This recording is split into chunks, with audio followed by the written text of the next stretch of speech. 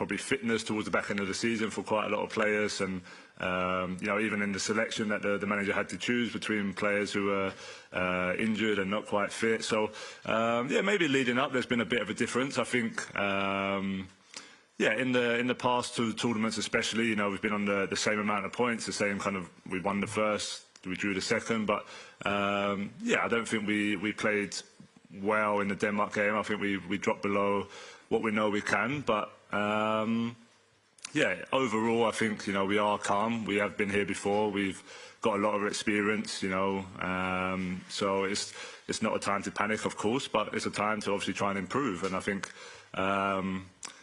for me, I think always in these tournaments, especially these early stages, it's almost, I love my other sports, it's almost like a boxer in the first couple of rounds, just seeing where everyone's at, seeing how you feel, or a golfer in a major tournament, just kind of, okay, it's the first round, don't play yourself out the tournament, just be calm, and that's kind of where, I think, where we're at. We're looking where we can improve, and of course we know we can improve, but it's not a time to panic and think we need to change everything and change loads of stuff. We just need to, a few fine details that I think will help us.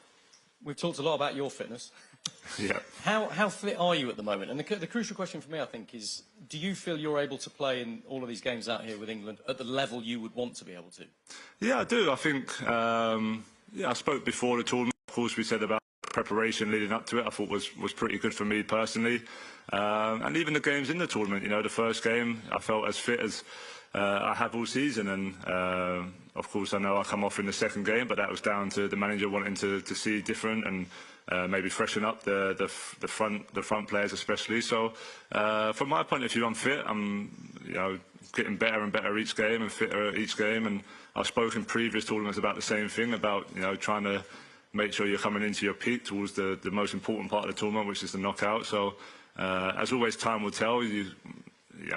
If we get knocked out, then of course there'll be a lot of questions asked. But I think, from my point of view, it's important that going into this knockout stage, you're feeling 100%, and I feel I'm there. Hi, Harry. Hi. What's the talk been like among the players after the first two games, and what have you been working on since the Denmark match?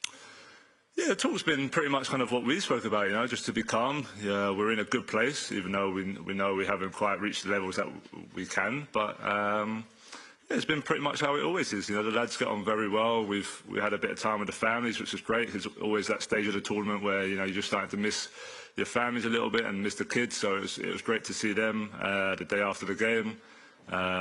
We've been trained yesterday, trained today, obviously on the stuff preparing for the game on Tuesday. And like I just said, just touching on the fine details and the things that we feel like we can improve. And watching back the games, we know there's areas that I think will really help us. There's been lots of talk after the game, as you can imagine. But have you seen or heard any of the criticism about your own performance? And if you have, what have you made of it?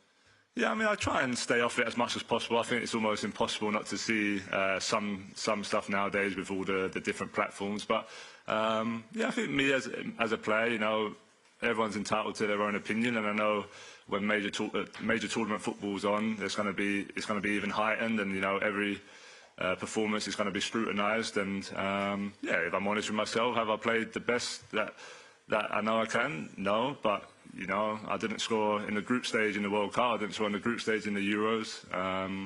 So from my point of view, it's a bonus to be one goal ahead. But I'd always judge myself first, and of course I know I can play better, as I know a lot of the players think the same in the team, that we can all play a little bit better. And that's what I do. I don't panic. I don't get too high or too low. I'll keep doing what I do, and just go on to the next one. And after the Denmark match, Gareth Southgate said that the team aren't able to press how they'd like because of the physical condition. What's that like for you to deal with? Is it frustrating? Are you feeling a big difference when you're out there?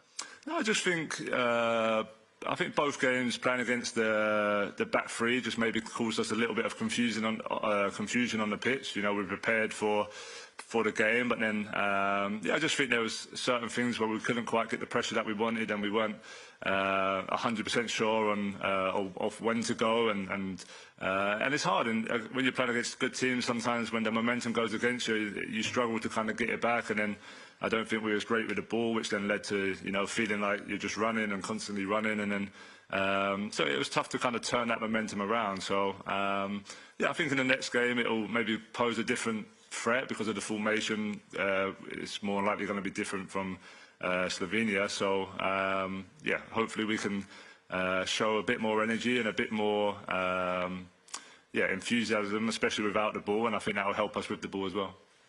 Harry, hi. In 28 of your Bundesliga 32 games that you played this season, you played all 90 minutes. 9 of your 12 Champions League games, you played all 90 minutes. Is there any concern about that catching up? And are you always happy to finish games? Is that in your nature? Yeah, I think so. I'm always someone who's, you know, always put as much as I can into the game, and, you know, a lot of my career I've played the full 90 minutes. But as always, the decision's always with the manager. You know, I'll give everything I have for however long I play, and if it's 70 minutes, if it's 90 minutes, if it's extra time, you know, I physically feel more than capable of doing any of that. I've done that my whole career, like you just said there. I've done that for pretty much the whole season as well. So yeah, I'm feeling fresh and fit. I know sometimes when, you know, in my experience, when I've had, you know, bad games or games not up to the standard, there's always something to look for and find a reason why. But sometimes it's just, that's the game. You know, it's 1 or 2 games. If this was in a league season, no one's really talking about it because it's in, you know, a small, heightened environment. Of course, there's more chatter. So the important thing is that, you know, from me personally, I feel fit, I feel ready, and I'll play as long as the manager wants me to play. Is it a different challenge when you're having to press against 3 at the back?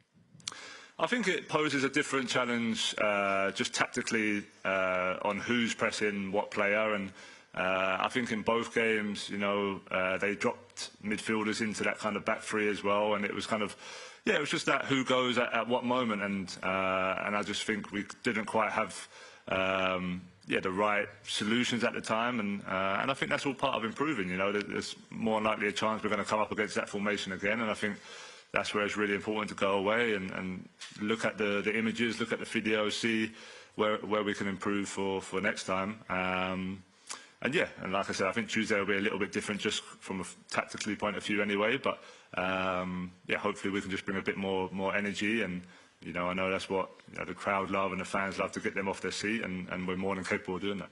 Thanks. Go Faye next. Hi, Harry. Hi. Hey. There've been a couple of reports around that you called a player summit on Friday morning after the game. Can you confirm if that's the case, and what was the purpose of it? No, that didn't happen, so I'm not sure where that's come from. I think, again, probably just, you know, people trying to maybe create something out of nothing really. The day after the game was, just a small debrief that we always do from the manager, and then it was just a family day. You know, we had 7 hours with the family, which I'm not sure all the lads were quite happy about. After a few hours, it was it was pretty hectic, to be fair. So we might cut that down in the future. But no, that's what it was, and I think it was an important day just to kind of switch the minds off. You know, we've done well in the tournament so far, 4 points after 2 games, but in this sort of environment, you need a chance just to switch off, and that's what that day was for. You talked about your fitness, but are you having to play a slightly different game at the moment as well? Wayne Rooney wrote in the Times the other day that actually perhaps the form from you in the past couple of games isn't necessarily your fault. You're just not getting the service in. Are you having, because of the adjustments that Gareth Southgate's had to make, are you having to adjust your game as well? Well, I think I always talk about, you know, from me personally, as you know, I like some games I'll stay high, some games I'll drop in. I think, just as a team, we're, you know, just finding that fluid nature. We're just that we haven't quite clicked right in the first 2 games, if we're being honest. But you know, we're all, you know, at the very top of our game. We're all at a high level, and I think just, you know, as we train more, as we play more, that should only progress and get better. So as always, you know, I'll try and adapt to the game situation and how the other team play, and what suits me, what suits my role, I guess, as the number 9. But I think most importantly, you know, there's been a lot of talk without the ball, but I think with the ball we just need to be better. We need to keep it better. We need to play a little bit higher when we're kind of in those areas building up. We need to get in between the lines a little bit more, and that will come. And like I said, time will tell. Of course, we have to go out there and prove it in the matches, and hopefully we can do that on Tuesday. Just finally, what's the message to the fans, particularly the ones out here in Germany? There were boos after that Denmark performance. Are you urging them to be patient, calm? What's your message to them? Yeah, I think calm is the most important one. You know, a lot of us have been here and done that, and we've given England fans, you know, some fantastic times. And, you know, I know 99% of the fans are, you know, fully behind us and fully with us. But as always, you know, during the tournament, just to support us, as they always do, and I know they will. And then after the tournament, you can judge us. You know, I always say, when it's finished, there'll be people judging us. You know, we've had some good tournaments. We've had some tournaments where, you know, we've just fallen short. But, yeah, during it, you know, it's down to us as players, as coaching staff, as the whole environment to get it right and find where we can improve. And, of course, people will have their opinions, and that's no problem. But ultimately, it's going to be us who makes the decisions and to try and find a solution. Thanks. We go David and then Kieran next. Hi, Eric, David from Italy here. You said yourself that you guys haven't played at the level you wanted to. Why do you think that happened? Yeah, I think I touched on it a little bit. I just think, yeah, we've just we've definitely been a bit loose with the ball compared to how we've been in recent years, and then that's caused, you know, yeah, a lot of time, probably more time than what we used to spend without the ball, and like I touched on there, I don't think we've quite got the pressure right, and also the intensity right. We haven't pressed with enough, you know, energy, enthusiasm, which will need to change going forward. So, yeah, that's down. Like I said, that's down to us now to find a solution. It's not a time to panic and feel like we need to change, you know, everything that we've built over all these years. It's just like I touched on, in all sports, in all different things, you find what's working, what needs improving, and then yeah, you try and implement that into the next game plan. You've been to major tournaments before. Maybe the difference this time is that you have massive expectations on you that probably you guys didn't have in the previous tournaments. How do you see expectations and the way people expect you to play and to perform? Yeah, I think that's part and parcel of, you know, what we created as a squad, to be honest. You know, the bottom line is we're trying to achieve something as an England team that we've never achieved in our history. So it's very tough, and that is European football. That's playing in these championships is difficult. So, yeah, we've come close, and we've been the closest in recent history. So we know how to get it done, but we also know there's a lot of hard work along the way. You're playing against a lot of good teams, and it's going to be difficult, and there's times where you're going to have to grind, you're going to have to defend, like we've defended really well in the two games. I know a lot of people have been talking about what we haven't done well, but what we have done well is, you know, defend the box well, block crosses, block shots, and that's an important part of winning games as well. So we're going to need all of it, of course, to improve the parts I spoke about, but if we can do that, then yeah, step by step, I think we have a good chance. And finally, for me, you said one goal for you is a plus compared to previous tournaments. But overall, about your performance, how do you think you have performed so far? Yeah, I touched on earlier. Not as good as I'd wanted to perform, for sure, but yeah, that's happened at various stages in my career for club and for country. Yeah, and I think always, you know, it's never about the individual in a team sport. It's always about, okay, what can we all do to try and improve and get better? And I think that's where we're at. Of course, everyone looks at themselves first after every game. Every player's watching their clips to see what they've done well, what they didn't do well. And that's always the mindset we've had. And then, you know, we speak as a group, and as we do with the debriefs and looking to the next game. And it's like, okay, how can we improve? And that's no different for me. Can we go Kieran here and then yourself? Hi, Harry.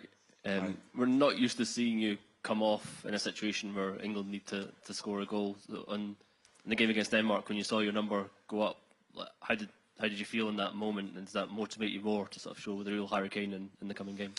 Yeah, well, look, it's not the first time it's happened either. It happened in the Scotland game in the last Euros when it was 0-0. So, yeah, like I always say, that the manager will make the best decisions for what he feels in that moment for the team. As a player, as the captain, you have to accept that, whether you agree with that or not. You know, in that moment, he felt like the team needed fresh legs in the attacking areas, and so be it. You know, now my job is to support the team from the bench and to try and help as much as possible in those moments. So, of course, I'm a player who wants to play every minute and because I always feel like it's a chance to score in the last minute. But also, you know, the England manager's got a tough job. We've got a lot of great players who, you know, he has to make decisions for, and I'd always support that.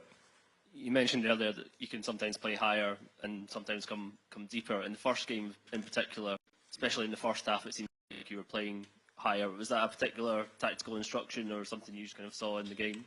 Yeah, that's probably just what I saw in the game. I think, especially in that first half of that Serbia game, you know, Jude especially, Phil, were kind of getting into those number 10 areas and causing them quite a lot of problems, especially the first half hour of that game. So I felt like, because they wanted to defend man for man, if I could, you know, stretch them a little bit higher and stay a little bit higher, that space will be bigger for them. Yeah, but as always, you know, with me personally, I've had it for sure over the last 4 or 5 years. If I stay too high and I don't touch the ball, I should drop deep and be involved. And if I drop deep and get involved, I should be in the box to score. So that's part and parcel of being who I am and being a number 9 who likes to do both roles. But yeah, overall, each game, you know, we talk about it as a team, and that's how the manager wants to play, and then also it comes down to your instincts on the pitch as well. Just finally, for me, 4 points might get you through as it is, but how important is it to win the group and potentially avoid a clash with Germany in the last 16?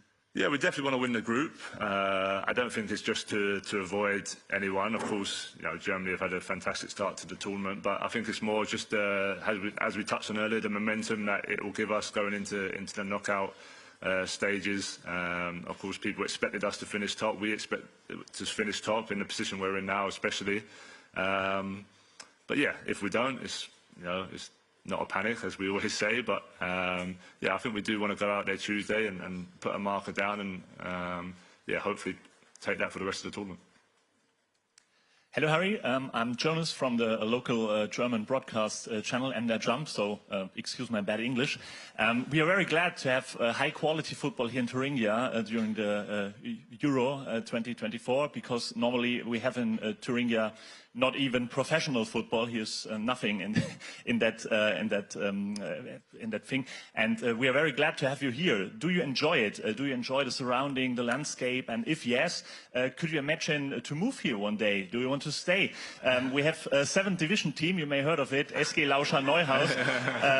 They had a contract offer for you. You get free Thüringer Rostbratwurst, all you can eat, free drinks in every bar, and Mindestlohn. And you would have much more time for the national team. So if you want, I have your jersey here. You can take it. Do you want it?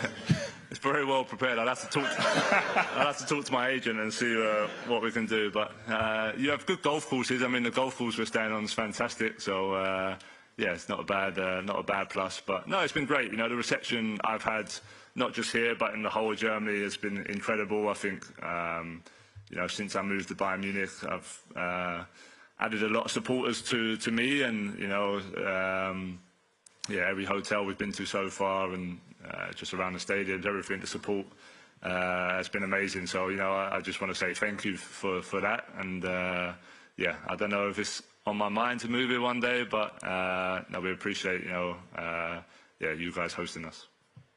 Yeah, it's a pleasure for us, like I said, and maybe you can sign the jersey later. So you're the first real footballer to enter Thuringia, and it's great for us. Thank you. No problem. No worries. Okay, we'll go Jerry, Ewan, and then we'll finish here with Eric.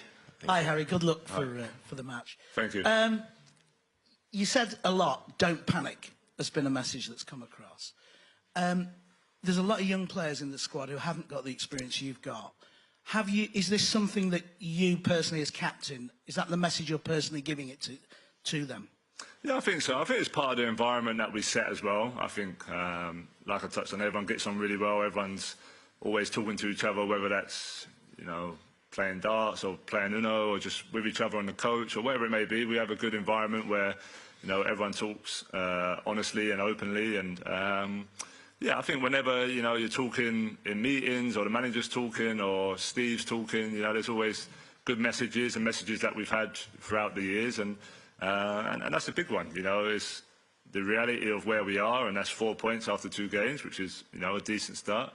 And then there's obviously knowing that we can improve and get better. And yeah, I think for the newer players or the younger players, that's just kind of the environment they're in, and I think they catch on to that pretty quick.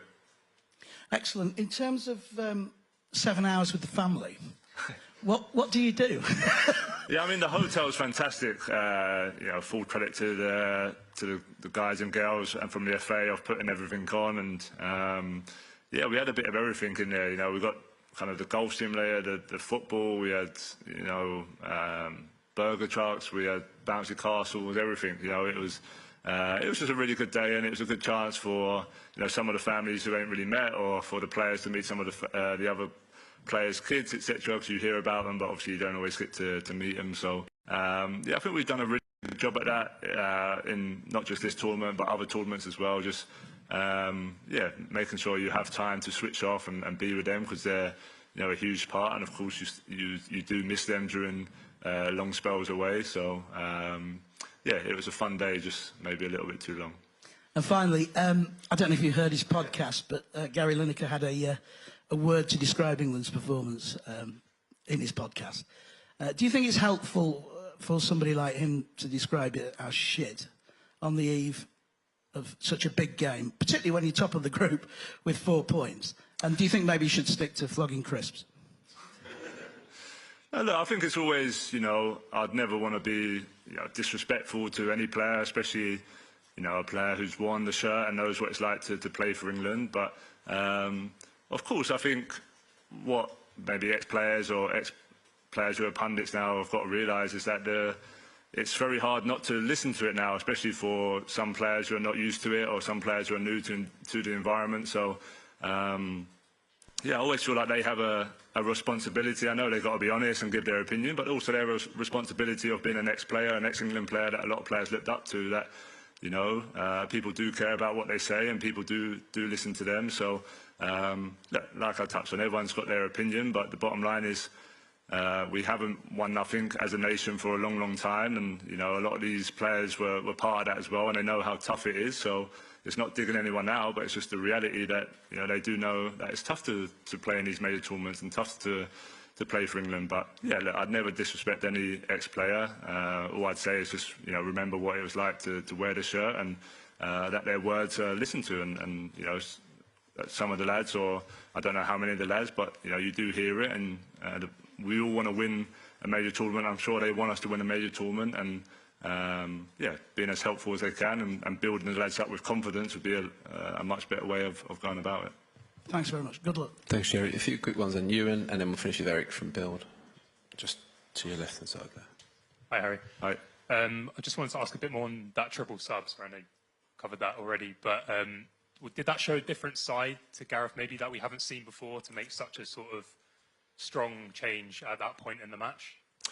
Well, I don't know. I think, like I touched on there, I remember in the Euros he'd done a similar thing against Scotland. I come off in the first game against Croatia in the Euros as well. So I don't think it's anything new. I think it's something that, you know, the manager will make the right decision for the team, and I think he's proven that yeah, over his whole time as the England manager. So yeah, sometimes, you know, you can read into things a little bit too much. There's players who are training really well. There's players who are, you know, itching to get on the pitch, and that's part and parcel of major tournament football. There's going to be some players that don't play. There's going to be some players that come on, and, you know, the team that starts the first game is not always the team that ends up starting the games later on in the competition. So yeah, like I said, I wouldn't read too much into it. It might happen again, it might not. The manager, each game is different. Him and Steve and the staff will just try and make the best decisions in those moments. I know you've talked a bit about dropping deep versus staying further up, but what's it been like? How's your role changed with having guys like Saka, Bellingham, Foden, Trent behind you? Does that sort of change your role, having that level of talent? I'm not too sure. I think, obviously, I've played with those players for quite a long time now with England. Obviously, yeah, I feel like I've got a good relationship with all of those players. We just probably haven't, you know, done well enough in the 2 games to show it yet. But I think, you know, especially in past tournaments, in qualifying, we've shown what we can do when we're yeah, all on the same page. But again, it's a game of football. You're not always going to be perfect. You're not always going to get it right. You're not always going to, you know, be switched on in every moment of every game. But I think with all of the players and all of us, you know, we try and work on it. We try and train on it. We try and see, okay, he's doing this, can this help him? And we all try and help each other. And yeah, we're all fantastic players, so it's just about, how can we get the best out of everyone, and I think that's what we all try and do. Cheers. And then finish with Eric. Nice. Hi, Harry. Eric Peters, Build Germany. So how important is it for you to feel supported by your family during the Euros, especially when there is a lot of criticism? Yeah, I think family and friends are, really important. Just of course they always support you, they always back you, but they're a big part of your life. Of course, during a normal season, you get to go home, you see them every day, and of course you go away for away games, but it's never normally longer than a couple of days that you don't see them for. And tournament football is different. You have to spend a lot of time away from them, which is not easy, especially with young kids. A lot of the lads have got young kids, and you miss them. But that's a sacrifice we make, and you make to play in these tournaments. And I think you try and keep in touch as much as possible. I always talk about making sure you have people to talk to, and family are a big part of that. And I'm lucky enough to have great people around me, and they're always there to support me. Then a question regarding your club, Bayern Munich. So how do you see the signing of Vincent Kompany as your new manager? And has there been any contact so far? Yeah, so he phoned me, after it got announced, and just more to catch up and introduce himself. Obviously, before the tournament, he knows I'm focused on England and focused on the Euros, but he just wanted to reach out and kind of ask my opinion on kind of last season and how I've felt since I've been here. And he just gave me a bit of background on what he likes to do and how he likes to play. And it was only a short 10-minute conversation, but it's more just an introduction. So of course at the moment I'm focused on England, but I'm sure once I'm back at Bayern it'll be great to start the pre-season and get some new ideas from him and see how he wants to play and see his vision for the season ahead. And as always, I'm always learning from different coaches, different managers, and I'm sure I will from him as well. Thanks, Eric. Okay, that concludes the live section. We'll now move on to a short section and bar go to 10:30. We'll have to keep this about 5 minutes, so let's be sharp. Start with Matt Law, if you want to grab the mic there.